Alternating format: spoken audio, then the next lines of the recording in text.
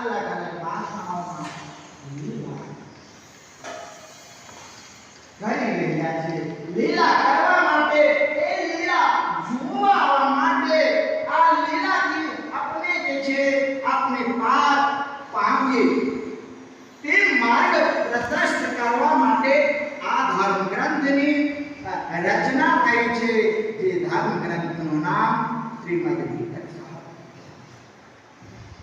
આ ગ્રંથમાં મહામતી પ્રાણનાથ જીના જીવન લીલા છે, બ્રહ્મ લીલા છે।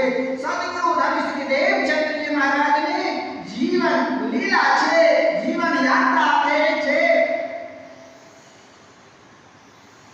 શ્યામા સરોવર ભાઈજુ મહારાજના મહારાજા છત્રસાલજી લાલરાજી મહારાજના આ વાસનાઓના આ બ્રહ્માત્માઓના આ બ્રહ્મોના જે છે એક જીવન લીલા છે, જે લીલા કહેવાય છે।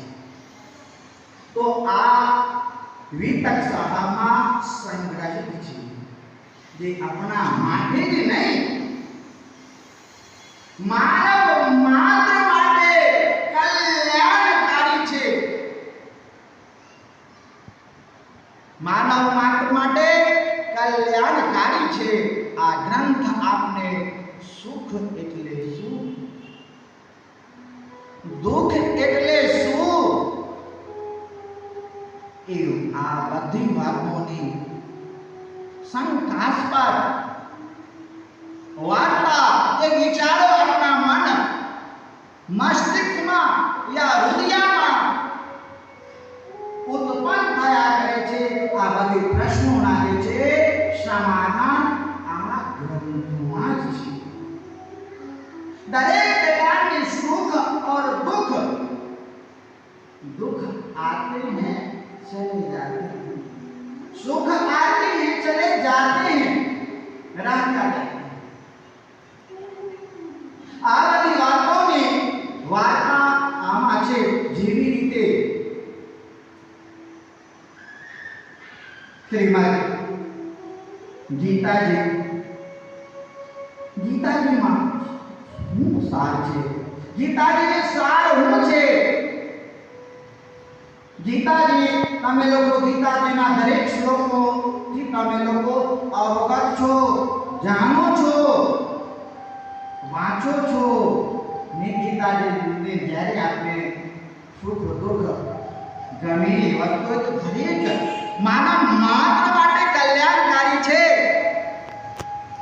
આ વાર્તાઓ જે અમારા એક સિનિયર છે એક જુનિયર ને એક બીજાને બતાવીને સાંત્વના આપે છે, સમાધાન કરવાની કોશિશ કરે છે, સંતોષ પ્રદ વાર્તાલાપ કરીને સંતોષ પ્રાપ્ત છે। આમાં ભગવાન શ્રી કૃષ્ણ और अर्जुन वच्चे संवाद થાય છે। તો સમજો અર્જુન શું છે, એક મૂળધાર પાંચમૌલિક શરીર છે, પણ આ મૂળધાર થઈ ગયા છે, નિષ્ક્રિય થઈ ગયા છે, લડવા માટે તૈયાર થતો નથી। મહાભારત તમે જો છો તો શ્રી કૃષ્ણ શું કહે છે, अलग अलग ढंगથી अलग अलग ઉપમા આપીને દાખલા આપીને એક નિષ્ક્રિય નિહત્તા આ બહુ તમે શબ્દોથી આ કરી શકો, પણ આ છે એવા અર્જુનને મહારથી બનાવે છે, મહાયોદ્ધા બનાવે છે। કોણ બનાવે છે? ભગવાન શ્રી કૃષ્ણ।